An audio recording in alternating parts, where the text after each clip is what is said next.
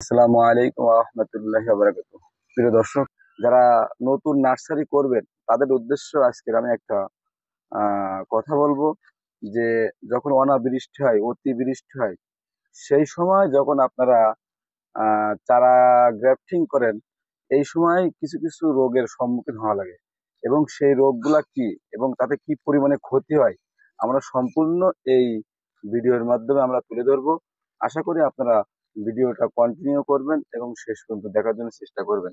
তো আমরা সরাসরি মাওলানা ইনাম সাহেবের কাছে চলে যাচ্ছি। আসসালামু আলাইকুম রহমতুল্লাহ বারাকাত। ওয়ালাইকুম আসসালাম রহমতুল্লাহ বরকাত।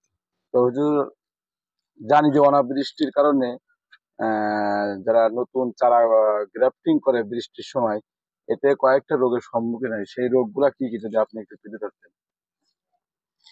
যখন অতিমাত্রায় বৃষ্টি হয় তখন গ্রাফটিং কিন্তু চারাগুলোর একটা বেশি সমস্যা হলো, বড় সমস্যা হলো যে চারা পচে যায়, পচা লাগে।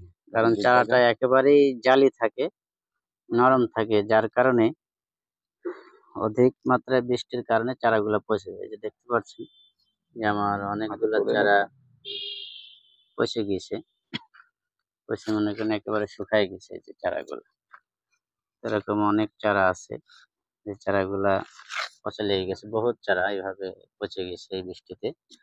কারণ অধিক মাত্রায় যখন বৃষ্টি হবে, এই বৃষ্টির কারণে চারা পচা লাগে। তো সেই ক্ষেত্রে খেয়াল রাখতে হবে,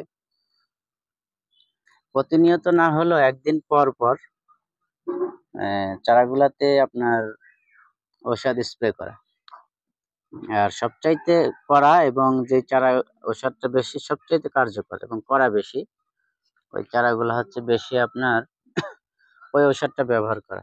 আর আমি যদি অতিমাত্রায় মানে এমন পছন্দ ধরেছে, মনে করুন অধিক অধিক মাত্রায় যদি পছন্দ ধরে, সেক্ষেত্রে আপনাকে করতে হবে কি, যেটাই আমি বারবার বলছি আপনাকে, যে যে ওষুধটা বেশি কার্যকর, যেমন এমিস্টার টপ একটা ঔষধ আছে, এই ওষুধটা পচার জন্য অধিক কার্যকর। যদি আপনার ঢমে এক মুটকি যায়, সেই ক্ষেত্রে আপনার 18 লিটার পানিতে যদি আপনি এক মুটকি ব্যবহার করেন, সেক্ষেত্রে আপনার যদি অধিক মাত্রায় পছন্দ ধরে, সেক্ষেত্রে আপনাকে করতে হবে কি, এক মুটকির জায়গায় সেখানে আপনাকে 2 মুটকি ঔষধ ব্যবহার করতে হবে। তাহলে হবে কি, এটা পচাটা আপনার জায়গায় ব্রেক মেরে যাবে। আর আমার এটা পচাটা লাগছে বৃষ্টির কারণেই, কিন্তু আমি ঔষধ দিতে একটু বিলম্ব করছি, যার কারণে এই ক্ষতির সম্মুখীনটা আমি বেশি হয়েছি। যদি আমি ঠিক মতো সময় মতো আপনার ঔষধটা প্রয়োগ করতে পারতাম, স্প্রে করতাম, তাহলে এতটা ক্ষতির সম্মুখীন হতাম না। এই জন্য যাদের নার্সারি আছে, ওনারা সব সময় খেয়াল রাখবেন, যখন অধিক মাত্রায় বৃষ্টি হবে, 1 সপ্তাহ 10 দিন 15 দিন বৃষ্টি হয়ে যাচ্ছে, তো সেক্ষেত্রে আপনারা প্রতিনিয়ত না পারলে একদিন পর পর পচার ঔষধ স্প্রে করে যাওয়া।